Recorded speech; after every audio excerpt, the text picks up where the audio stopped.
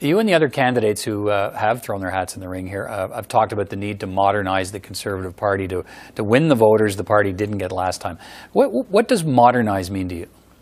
Well, modernize to me means, quite frankly, having a thoughtful and detailed, serious plan to address climate change and issues around the environment. It means accepting that Canadian society has evolved. I'm pro-choice.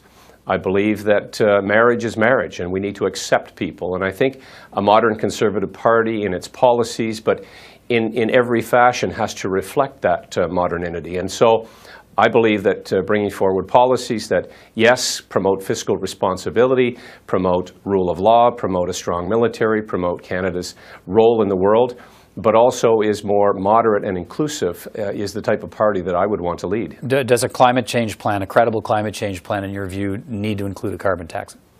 No, it doesn't. I think a carbon tax, firstly, doesn't work. It's simply a license to pollute.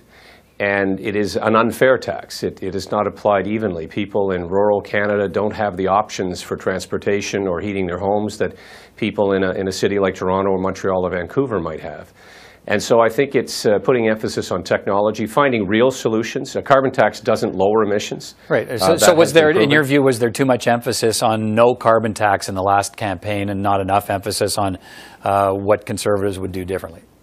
Peter, I think that's it. I think you've hit the nail on the head. I think it's not just on environmental issues and social issues. It's putting more emphasis on how we would do it differently and putting those ideas front and center, putting policies in the window that I believe Canadians will find attractive as an alternative.